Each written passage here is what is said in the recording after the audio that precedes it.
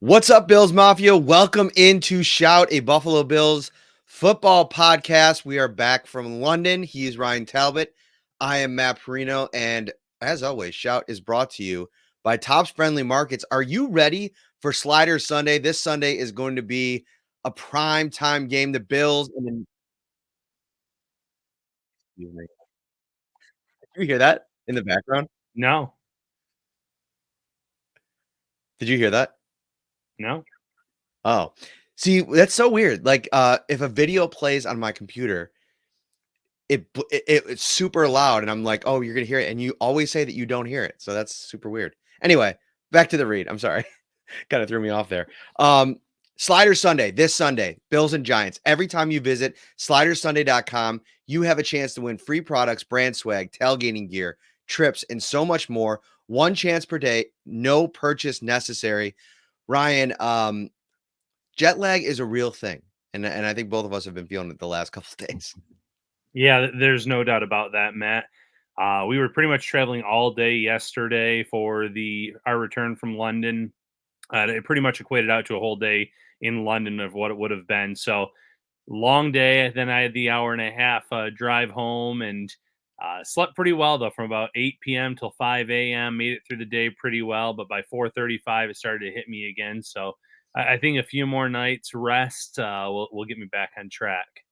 We have a ton to get to on this episode. A lot of moving parts for the Bills this week as they react to a couple of players that are going on injured reserve. We're going to get into that. Matt Milano, DaQuan Jones, some new faces, some old faces back in the mix. We got to talk about everything like that as well. But I think like the best place to start, Ryan, is this offense, because the big takeaway for me from the first 5 games of the season is that you have an offensive unit led by one of the best quarterbacks in the NFL that can blow really hot or cold, like depending on, the week. You had a 3-game sample size where they were as good as anybody in the league, operating efficiently, operating in a balanced fashion.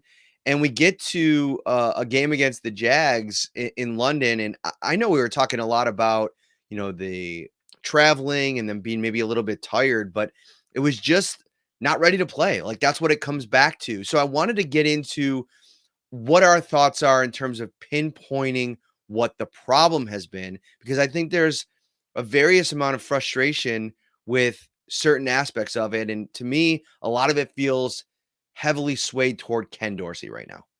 Yeah, Ken Dorsey seems to be the person that takes the brunt of the criticism and blame, and I think there's blame to be had there. But we'll talk about this a little bit more. The other reasons, I don't think it was the biggest reason why the Bills, struggled on Sunday against Jacksonville.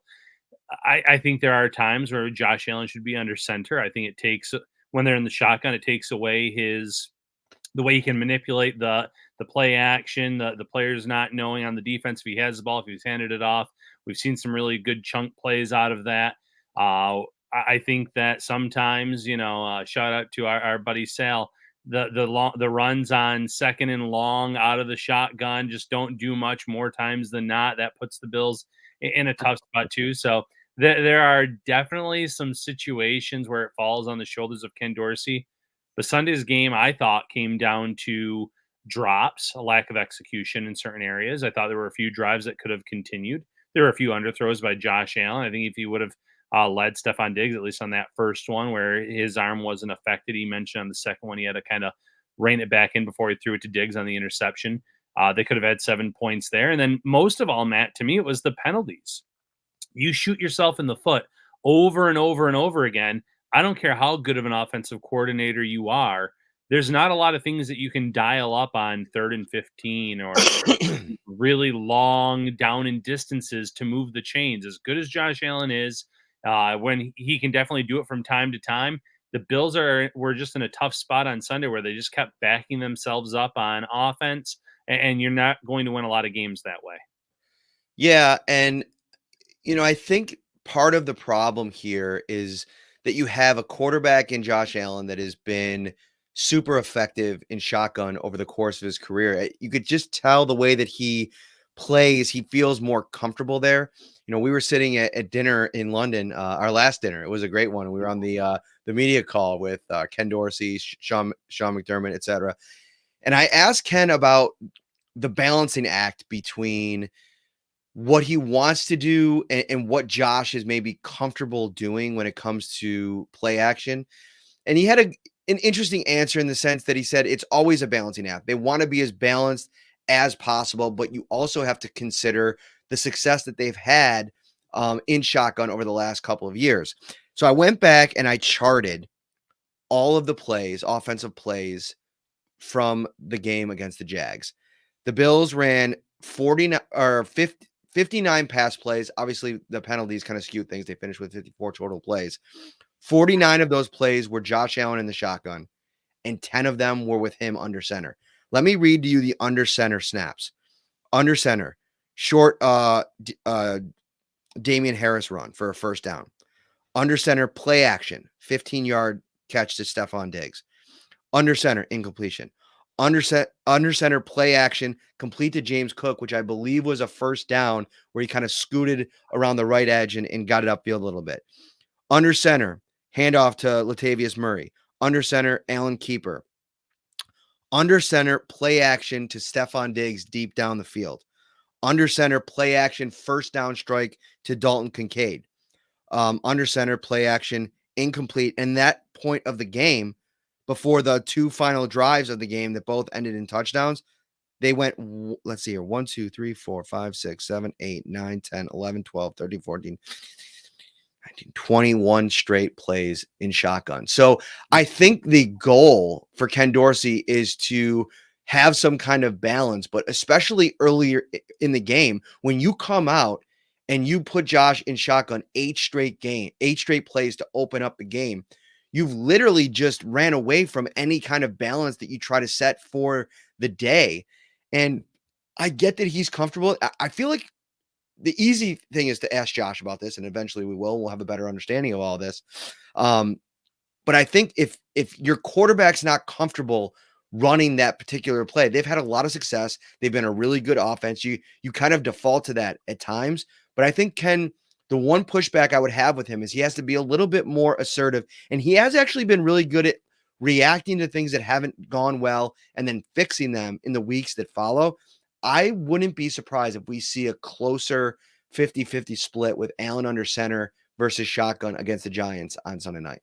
And I think that'd be a good thing. I mean, you don't want to go too predominantly heavy one way or the other. The Bills have had a lot of success with Allen under center this year, but you want to make sure that he also has those plays in the shotgun because there's been successful plays there as well. It's where you kind of lean too much on one over the other, which is definitely what we saw against Jacksonville. For whatever reason, I mean, that is just the way that Dorsey had things dialed up. Late in the game, the Bills did start picking up chunk plays and moving the ball, but it was a little bit too little too late. Dorsey definitely deserves some of the blame, but not as much of the blame as I've been seeing on social media.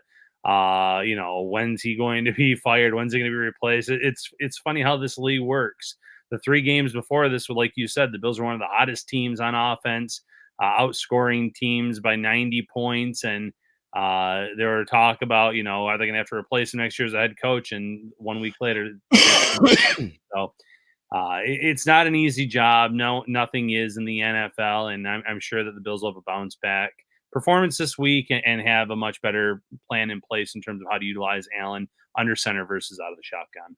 Yeah, and I think, to me, Dorsey has to, and a lot of it is Josh Allen. And he said, you want to put him in a comfortable place because he's the one pulling the trigger, which to me insinuates the fact that, whether, he's going through his reads, he's not going to force it to one guy. Like we've mentioned, more Deontay Hardy, right? A better plan to get Dalton Kincaid more work. And, those are all things, well and good. And you can implement things during the practice week. But on game day, Allen's going to go through his reads and he's going to make the decisions that he makes. And if I'm Sean McDermott and I look at this sitting back, I do like the fact that Stephon Diggs has been featured through 5 games. The offense has pretty consistently moved the ball outside of a few quarters, and obviously the Jets game was its own deal. Stephon Diggs is having a Stephon Diggs-esque season, which to me, that's what we were talking about them getting back to. So you have that working. Now you got to figure out a way to work a little bit better around him.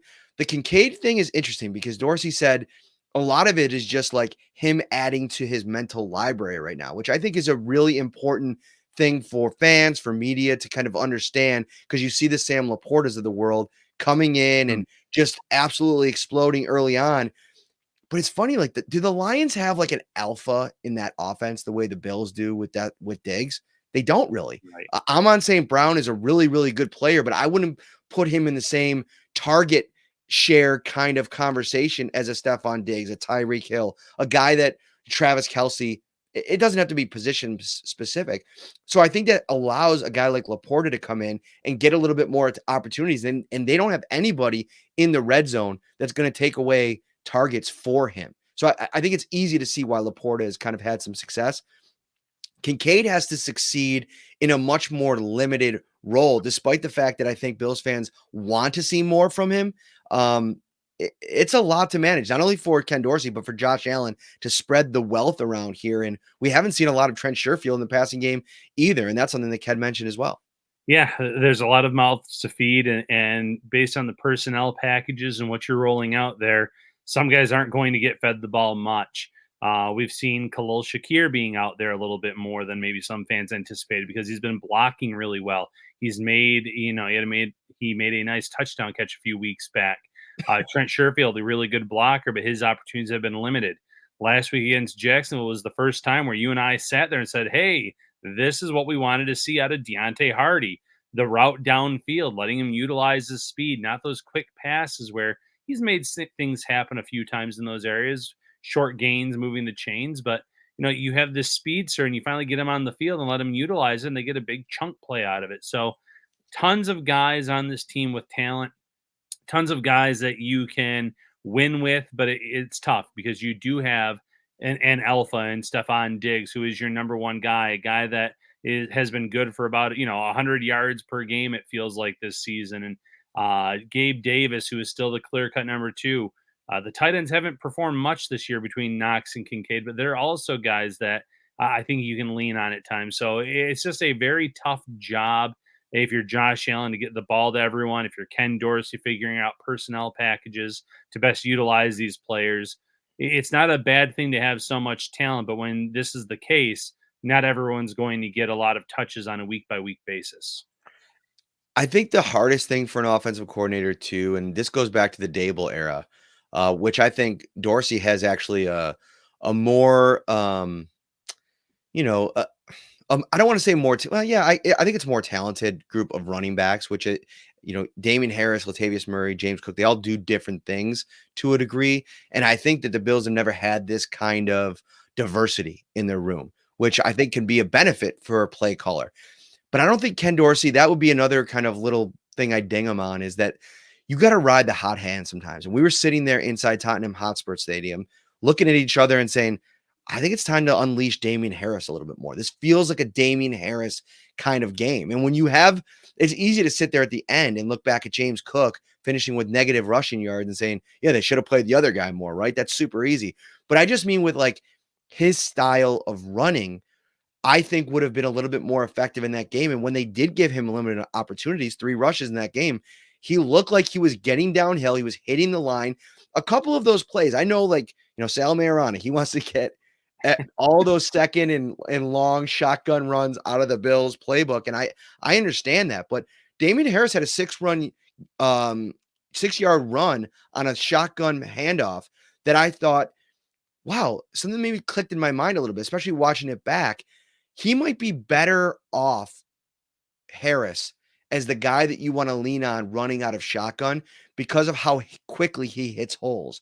And I feel like James Cook is a little bit more measured and a little bit slower to and indecisive when he does get to the hole because he has so much speed and elusiveness and quickness. Sometimes when guys have that, it's it's almost like they're not as urgent. And I feel like Harris on some of his runs, you're like, wow, he got downhill really quickly. And that could turn a 2-yard run into a 6-yard run just in the way that you're attacking the line of scrimmage. Yeah, it comes down to matchups too. The Bills are not winning up front like they had the past few weeks, so having a more physical option, getting the ball makes a lot of sense. What you said about Damian Harris being able to kind of hit the hole, know exactly where he's supposed to go on the play, be decisive, allows him to turn a 1 or 2 yard gain into maybe a 3 to 5 or a 6 yard gain. And that's big because, he was productive in his limited carries against Jacksonville, where James Cook really did struggle. And it wasn't all on Cook. Like I said, it was the blocking as well. It was some of the play designs, those type of pitches when you're in the shotgun. I don't understand, the options that you have there. There's not a lot of room to make things happen in that situation. So some of the play calling as well, but sometimes you do have to go with not the hot hand, so to speak, but matchup specifics. If they're going to be physical up front and you're not sure you're going to be able to win on a consistent basis, go with your physical back in some of these situations on early downs. Get yourself in those manageable situations to move the chains on second and third down. Where do you want to go next, buddy? Quick question in here, which we did talk a little bit about with our Shout Insiders. It says from Rick Rarick, why did practice squad defensive tackle Kendall Vickers get the start over Poona Ford last week? I'll give the short answer: versatility, and then Matt, I'll let you kind of elaborate upon that. Yeah, and I think that it's important to understand who Vickers is, and if you go back to when we were talking about this during training camp, I mentioned a couple times how I was really impressed with his versatility, like you mentioned, ability to go inside, go outside. Ford was strictly an interior player, and with Settle, Jordan Phillips, Ed Oliver, and DaQuan Jones before he got hurt, all ahead of him on the depth chart, it was a numbers game situation. So I think Vickers got that opportunity. I don't know if that's something they're going to continue to go with. Like if Shaq Lawson, is back practicing, that's something that I think is benefiting them. I think it was limited today for Greg Rousseau. So if they get their numbers back out on the edge, Von Miller's probably going to ratchet up that snap count over the next couple of weeks. You probably don't go back to that Vickers move in future games, but he does have that versatility. This is a big shifting point to the storyline of Poona Ford in year one with the Bills. And, DaQuan Jones goes out. To me, the best fit to be the DaQuan Jones replacement is already on the roster. And I know some people have, started talking about like trade candidates, some, linebackers, cornerbacks. We're going to get into the moves that were made there today in the last couple of days. But they went out and they signed Ford in the offseason for a reason. I thought going into the year, he was going to be the guy that, subs in for DaQuan Jones. And so now it's almost like he's going to have to do his best impression moving forward because, even Von Miller said, like, he's a guy that's played a lot of football in this league. It's been a numbers game, but sometimes the numbers add up for you once an opportunity presents itself and maybe something happens to a player like it did to Jones on Sunday. Yeah, and listen, the Bills have been really good at identifying players that fit their system for when their number is called that they can come in. You can go years back to a Justin Zimmer. You can go to a Brandon Bryan over the past few years, Eli Anku. And now you have Poona Ford. They liked Poona Ford in free agency. They waited until after the compensatory pick formula was out the window, where they didn't have to worry about losing that pick for Tremaine Edmonds anymore. And they signed him and brought him in. And yes, he's been inactive the past few weeks, but it's been about getting guys in different situations and based on the matchups. And now his opportunity is here. We saw him flash at training camp. We've seen him play very well in his career in Seattle. It's just one of those things where, Sean McDermott says it all the time. It's next man up. And for Poona Ford, this is a huge opportunity to show, hey, the Bills signed me for a reason this offseason. I've been kind of biding my time waiting, and now I'm going to be able to kind of pounce on that and show what I can do. A lot to get into from the moves over the last couple of days, how the Bills are pivoting off of season-ending injury for Trey White. We'll see what the situation is with Matt Milano and DaQuan Jones. Sean McDermott today, interestingly enough, Ryan, said that he's hopeful that maybe they return sometime this season. No doors have been closed. And he did mention both of those guys, Milano and DaQuan Jones, when our good buddy Joe Buscaglia from The Athletic, who is back on the beat after taking some paternity leave after his little one was born 2 months ago. And so he's back, and a good question today and a good response. And because I think Bills fans are a little bit like, holding out hope, hoping that, these guys can return towards the end of the season. Yeah, and everyone heals differently. Pec injuries, leg injuries. There is no set timeline that everyone follows, and if either of these guys accelerates or gets past a certain rehab progress, they could come back late in the season. They could be here for the playoffs.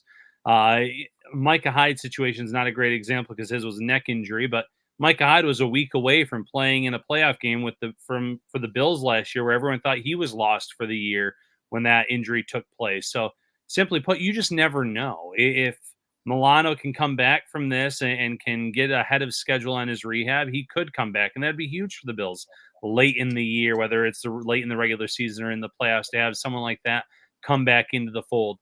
Jones, who has been an early season type of MVP type of player for this defense, would be huge late in the season, knowing he's healthy, knowing that he doesn't have those that wear and tear on his body over playing the course of the entire season. That could be big, but you just never know. I like though that Sean McDermott didn't shut the door on either player. And we want you to open the door on the Shout Buffalo Bills text line right now, 716-528-6727. Send a text, start your 2-week free trial, $3.99 a month after that, and always have Ryan and myself one text away. And the Shout text line is brought to you by Carrie C. Byer, attorney with the law offices of Francis M. Litro, located at 237 Main Street in Buffalo, New York. If you or someone you know is seriously injured, give him a call at 716-852-1234 or check out litrolaw.com. All right, Ryan, let's get into the linebacker situation because the Bills are lucky in a way that everything going on with Matt Milano here, the Bills go out and add AJ Klein back to the 53-man roster. Balon Spector, his 21-day practice window was opened, this week. And so he's going to start working his way back. He was full participant today in a walkthrough. So we'll kind of track him throughout the week. That's good depth because, you got Tyrell Dodson at outside linebacker, probably going to get another opportunity after the way that he played last week. You have Dorian Williams, who I think is probably going to get sprinkled in. Maybe they even do a little bit of, some linebacker looks at times and maybe even, throw them out in some type of rotation. There's a lot of options there for Sean, but Terrell Bernard, 5 weeks into the season, is this solidifying force now. This guy that has played some really good football, has gotten to a level of communication where I think he's trusted at all three levels. The guys playing behind him and the guys playing in front of him. That's a huge piece to all of this as they try to mitigate the losses of Matt Milano, Trey White, etc. Yeah, if you would have told me before the start of the season that the Bills would lose Milano and they would have, Terrell Bernard as the other starting linebacker, and we would be I don't want to say okay with it, but we wouldn't be in full blown panic mode, I wouldn't have necessarily believed you. But he's been outstanding, Bernard. That is, he has made tons of plays for this team. He was a leading tackler last week against Jacksonville with 16 tackles, but it's the little things. I nudged you at one point in that game on Sunday in the press box, and I said, look at him telling, I think at that time it was Dodson that was in the lineup. Telling him, hey, this is what I'm seeing. Move to this spot, move over a little bit, getting guys into position, being that vocal leader on the field that they really needed at a time where there were about 5 backups playing for them out of their starting 11, so to speak, on defense. So it's huge to have a guy like that, someone who has that presence despite being a young player. I think that the Bills are going to be able to get by without Milano. There's no replacing Milano. There's no denying that. But like you said, Dodson played pretty well when he got called upon. I do want to see Dorian Williams get sprinkled in, see if he can kind of make amends for the poor tackling last week against Jacksonville. Because if he improves in that area, I'd like to see him get a little bit more runway. I would rather go with these really young, youthful players that have the higher ceilings, and I think Dorian Williams has that higher ceiling than Dodson. So I do want to see that. But then having a veteran like AJ Klein, who's played in the system for a long, long time between Carolina and Buffalo, is a good thing. as is having another young guy like Balin Spector who could come back very soon, considering who is a full participant today. Yeah, and I'll be interested to see what they do with Spectre because, going into the season, l- let's talk about the training camp experience where they had him at middle linebacker, and then all of a sudden one day you woke up and he was completely out of that mix. I think his style of play, if you're not getting, consistent kind of play from Dotson and or Williams, trying out Spectre in a series or in a half wouldn't be the craziest thing in the world. Again, I think a lot of the problems that you'll face on the second level are mitigated by the production that you're getting up front. And I don't know, as good as DaQuan Jones has played, there's still a lot of depth on this defensive line. I don't think Poona Ford is going to come in here and be this, Josh Allen said it today. DaQuan Jones is playing as good as any defensive tackle in the NFL over the course of the first month of the season. This is not an injury that should be downplayed or, it could have a serious ripple effect. That when he went out in the Cincinnati game last year, this was a completely different defense. We'll see if Ed Oliver, playing at the level that he has so far this season, can help bridge the gap a little bit. But I do think there's options. And, if there was a position out of the three, defensive tackle, outside linebacker, and cornerback, that I'd say that Brandon Beane should consider maybe making a trade for, I'd probably go cornerback only from the sense that there's just uncertainty there right now because you have a guy in Kyer Elam who can't even finish an entire game, right or wrong. And we've gotten into that every which way over the course of the last few months. Like, we don't have to really dive too far into the Elam experience at this point. We've covered it on Shout. But whatever the case may be, he's not getting to a level where they trust him over the course of an entire game. That's a problem. Jamarcus Ingram is a fun young player, UB product who's always going to get some shine on this show. But I don't know if that's necessarily a guy that you're willing to bank on for an extended role in your defense starting. Christian Benford has a history of getting banged up. Dane Jackson dealing with a foot injury this week, Brian. What'd you say? Yeah, didn't practice today. So, I mean, this is what we're talking about. Like, some guys on this team that just can't stay healthy. Availability is your best ability, right? And right now they have a lot of guys that have been dinged up so much so, and this is where we'll transition because, man, we got to make some sense of this. The Bills go out and sign 35-year-old Josh Norman. The Josh Norman experience just never ends. And, there is a bromance between Sean McDermott and Norman that goes back over a decade. But I will say this about the Norman sign. It makes sense to me. Number one, I know you put out to the text insiders that you didn't like it. And to be honest with you, when we were talking about it in London, when we first saw it come across our phones, I didn't necessarily like it either, but I do understand it. And listen, it's a practice squad move. You're not committing anything significant to the guy. You're not even handing him a job. But what you are doing, and I think Sean McDermott saying this today was really interesting. When he came into the league, he didn't play right away. He didn't have everything figured out in what Sean McDermott wanted him to do in his defense in Carolina. He had to learn some things. He had to earn some things before he got that opportunity. And then eventually he did, went on to become an all-pro. Oh, that sounds like another situation that's happening right now in Buffalo, namely Kyer Elam, who cannot get onto the field no matter what he tries. And Sean McDermott admitted it wasn't the main factor in bringing Norman in, but there is a benefit to having a guy that's gone through that in the past, that's been in Kyer Elam's shoes, obviously not a first-round draft pick, but not being able to figure out a way to get into the lineup. Maybe this could be the key to unlocking things for Kyer. Yeah, kind of like on the field type of mentor during the week, on being a practice squad member. I can't bash the move too much. I know I said I didn't like, and I still don't. I'm not a big fan of it. The player I thought the Bills should have gone after was Casey Hayward, and he's 34 years old and around the same age as Josh Norman. So it's not like I was saying they should be pursuing this young player still, that his best years are in front of him. Both of these guys are kind of at the end of their careers. Josh Norman, though, has extensive knowledge of this system from his Carolina days, to his 1 year here in 2020 in Buffalo. He's a smart player. He doesn't have the foot speed to keep up with a lot of guys with blazing speed anymore, like you see on in Miami in that wide receiver room, and you see on a lot of these teams now where they have some guys with the blazing speed. But he's a savvy player. He can get in the right position. He can still do things from time to time. But like you said, it's a practice squad signing. There's little downside in it. Either if he looks terrible here, he won't be on the practice squad for long. If he looks good, there is a serious chance he gets signed to the 53-man roster because, like you said, I mean, this cornerback room is shaky at best right now. Christian Benford with the shoulder injury, missing last week's game. Still on the injury report, obviously, this week. Dane Jackson with this foot injury that's kept him out of practice today. We've already talked about Elam, Jamarcus Ingram. The list goes on and on and on.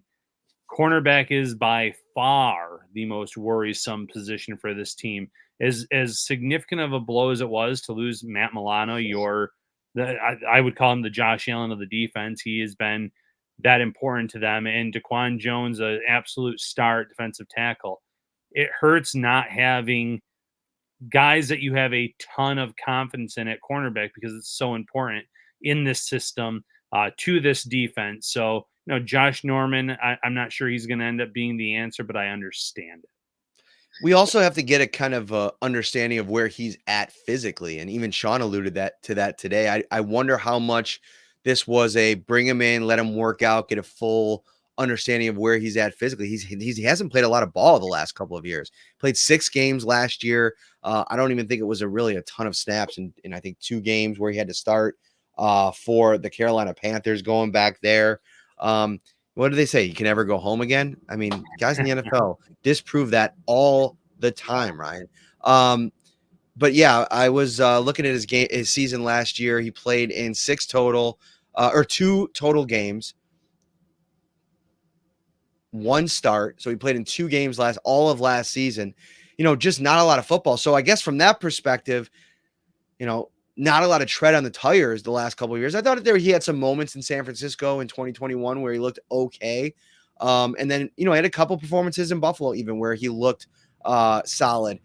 This just to me feels like it's the Band-Aid for the moment, right? I don't necessarily think this has to be the final decision on what they do at cornerback. And if they go in next week against a Giants team that's absolutely depleted on the offensive side of the ball and really undermanned, like from a skill position perspective. There's not a lot of guys on the Giants that scare you in the passing game, especially with those quarterbacks. If they go out there and they struggle in this game, their corners, and you're Brandon Beane sitting there, you might have to make a decision about go and out and get somebody. Yeah, he's a Band-Aid, but he's like a dollar store Band-Aid. You're not going and getting the Johnson & Johnson top dollar type of Band-Aid at this point. If the Bills are really struggling at cornerback, they need to make a trade. They need to find someone that can help immediately and be more of a long-term answer. Again, Josh Norman is fine for what he is at this point in his career, but he's not someone that you want to have to count on in meaningful action in 2023. You mentioned only starting 2 games last year. You mentioned the stint with the 49ers. It's just not – he's not the player that he once was. I had someone say you shouldn't be able to refer to someone as all-pro 5 years after that time has passed, which, made me chuckle a little bit because it was 2015 the last time you played at that elite level. It's been downhill since for him based on schemes, based on where he's been. I just don't think that the Bills necessarily have the depth right now where you have a lot of confidence in that cornerback room. Got a super chat here from Johnny Mack. Hopefully we look back at this as the moment we got stronger. And I think he's probably referring to just the injuries in general. Right. A couple guys going down, and you do have to kind of respond to that as a team, as an organization. And to me, it pushes more of the pressure on the offensive side of the ball. This is a league where I know that the old adage is defense wins championships, but as we've watched the last couple of years in the NFL, offense wins championships now. I mean, that's the way that it works. You have Josh Allen, you have Stephon Diggs, you have this offensive line that, through 4 weeks of the season was by most metrics the number one pass blocking unit in the league. Like, that's what you have to lean into. They have to find a way to get themselves out of lulls. But, going back and watching that game, Ryan, like, I didn't leave it thinking that the Bills offense was bad or ineffective. As a matter of fact, I thought it was 2 or 3 plays that are probably the difference between 20 points in that game and 30 at least. And so, like, those are the little plays over the course of 4 quarters that they're usually going to probably find ways to make, especially as they kind of evolve over the course of the season. I think Gabe Davis has had a couple of big games. To me, through 5 weeks, it's felt more like Gabe Davis has been wide receiver 2 than it did last season even. And that was including that big breakout game against the Steelers where everybody thought, okay, now he's going on to becoming the guy that everybody kind of had seen in the Kansas City game, the previous playoffs. But there's a lot of things to like about what the offense has done in totality through the first 5 weeks. Yeah, so in terms of Johnny's question, and again, thanks again, Johnny. Thanks for being part of the Shout Insider text group as well. This team could get stronger from the perspective of Dorian Williams could get some significant reps over the next 10 plus weeks. And again, I'm not saying he's going to be the starter, but you can get a rookie some valuable reps. You can find out what you have in your cornerback room, and if you have to address not just this year, but maybe long term, if you have questions about Trey White and what he's going to look like coming back from another ACL type of injury. You're going to have Puna Ford and some other defensive tackles getting more reps. So come late in the season, come playoff time, your rotation might be even stronger at certain positions because you have confidence in these guys now. But it goes back to what you said, Matt. Offense wins championships. We saw a Philadelphia Eagles team that was dominant on defense in the NFC last year. And come Super Bowl time, it wasn't their defense that kept them in that game. It was the offense. It was an offensive shootout. It was essentially the team that had the ball the last was going to win it. It went back and forth like that. So defense only gets you to a certain point. The Bills obviously have more than enough talent on offense to go toe-to-toe with these teams that are remaining on their schedule to make a run, to once again, win the division or finish with a high seed or just make the playoffs in general. There's still a lot of games left and favorable games at that coming up for the Bills where they can kind of get on a roll here. Yeah. It was interesting too, hearing from Josh Allen today, kind of go on the offensive for his star wide receiver, Stephon Diggs, which, he usually is a guy that he'll throw in a couple like barbs here and there, like, that's a media narrative, or, that's something that only the media is talking about here and there. But for the most part, he's pretty cut and dry. Like, he doesn't like veer into the space of aggressiveness in interviews, if that makes sense. And I thought that for a brief moment there, he went off script and really took it to the people that have continued to try to persist and spread this Stephon Diggs is unhappy in Buffalo narrative. And it's interesting because he actually said that the reason he slammed his tablet down on the sideline was because he was upset about some kind of mistake in a route that he was running on a certain play. And, there was another video that surfaced from that game of him kind of pumping up the crowd on the sideline. It's like, I don't know about you, Ryan, but like, I've told people this on every interview that I've done, national, local radio, whatever the case may be. This thing has been blown up way out of proportion based on one bad week that I think all parties realized what that week created during minicamp, and the way they've all responded to that and the behavior at every step of the way since. The Stephon Diggs thing is completely done and put away for me at this stage, and nothing's happened at this point that has made me want to bring it back out again.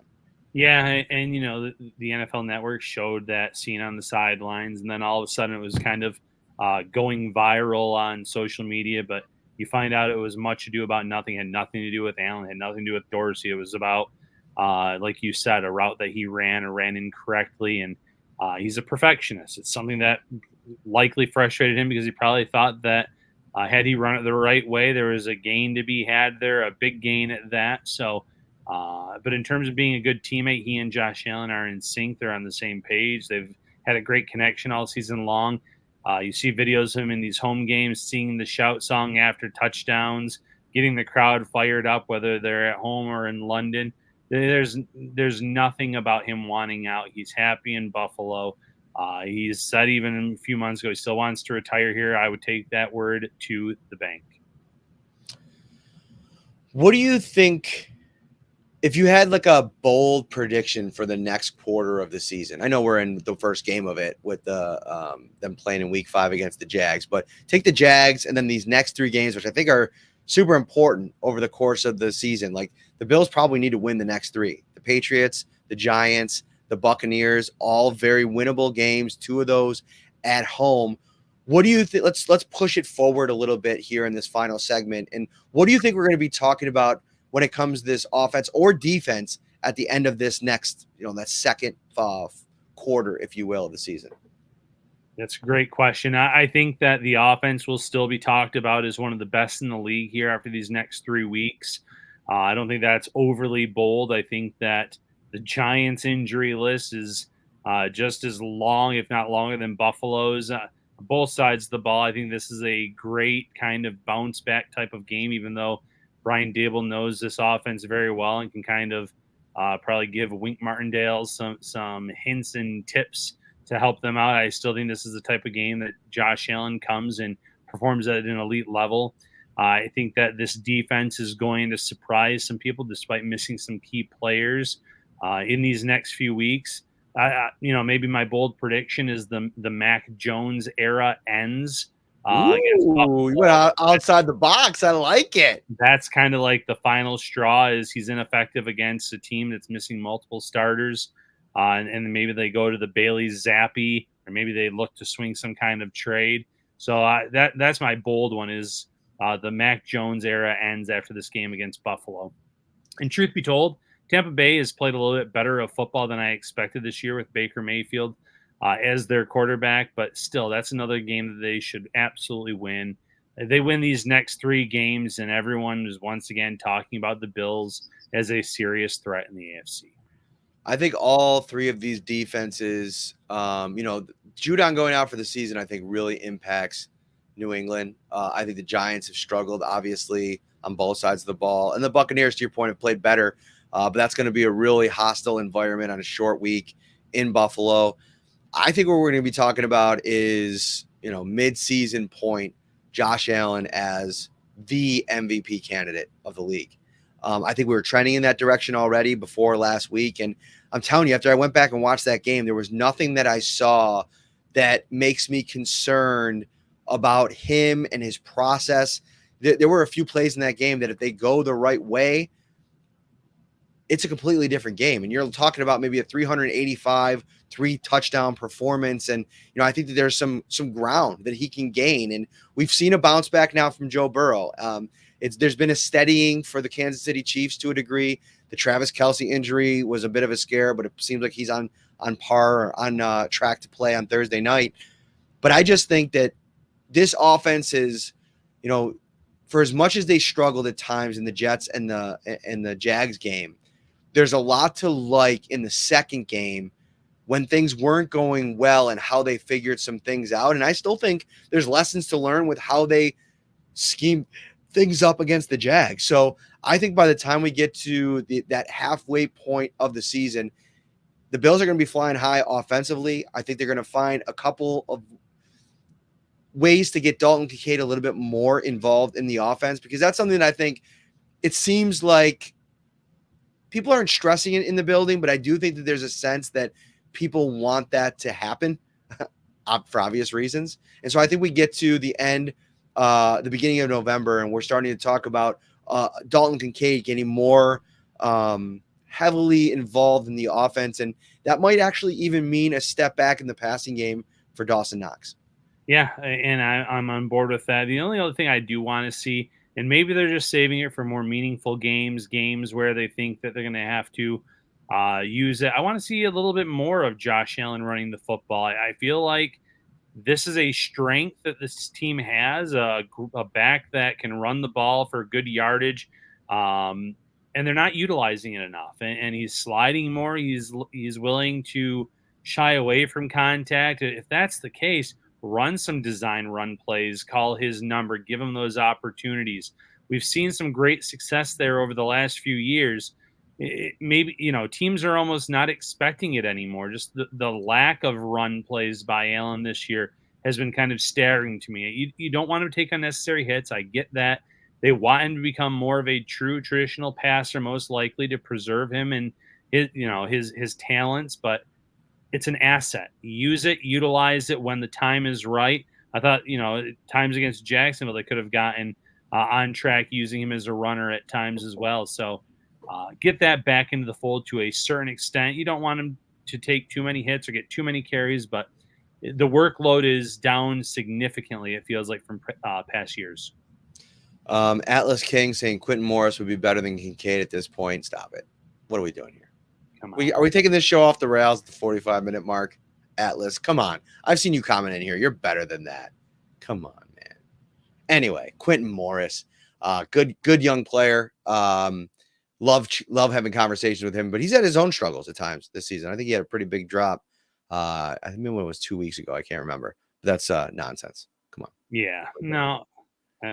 He has a follow-up here. 6 yards per catch, virtually nothing after the catch, no touchdowns. A paltry 4 first downs, no evasiveness, can't get separation, can't block. Quentin Morris can do all of that. So a couple things. Number one, I don't think all of that's true. I think that there is what we talked about earlier in the show. I've gone back and watched pretty much every game, every snap, and there have been times when Dalton Kincaid has beaten his man and the ball is just going in a different direction. And that's the one problem that you're going to have in this offense when you try to add dynamic pieces, because Diggs's established target share is already there. And it's something that was an emphasis to not only maintain, but maybe have an uptick this season. And then Gabe Davis has had a huge target share as well. And I think we could sit here and say, get the ball to Deontay Hardy more too. And then it's like, all right, how do you feed all of these different players? Yeah, I don't know. I'm just wondering if Atlas King is like a Quentin Morris burner account or something, because that's wild. I like Quentin Morris, very talented young player, but Dalton Kincaid was drafted in the first round here for a reason. Slow go, like we've seen with many rookie tight ends in this league. It would be great if he was like a Sam Laporta, but to Matt's point, they have Amon-Ra St. Brown, they have Jameson Williams, they have young guys, but they don't have guys that command the type of target share of a Stephon Diggs. So every situation's different. He will eventually get his target share, though, as this year goes on. So here's the targets: 50 for Diggs, 26 for Davis, 19 for Kincaid, 19 for Knox, 18 for Cook, 14 for Hardy, 7 for Sherfield, 4 for Shakir. I think that's about what I would have expected. I think what we might see here over the next couple of weeks is Hardy pop up over Cook. Knox dip down, not below Hardy, but maybe dip down a little bit in terms of his overall targets. But again, when you're talking about 168 and 50 of those total targeting pass on the season, and 50 of those are going to one guy, it's hard for anybody else to develop any kind of continuity. And I get it. You want more. You want some of that, middle of the field stuff that we were talking about. But the touchdowns have been 5 Diggs, 4 Davis, 1 Knox, 1 Shakir. It's been tough outside of those top players. Yeah, and the offense was, like we said, a well-oiled machine.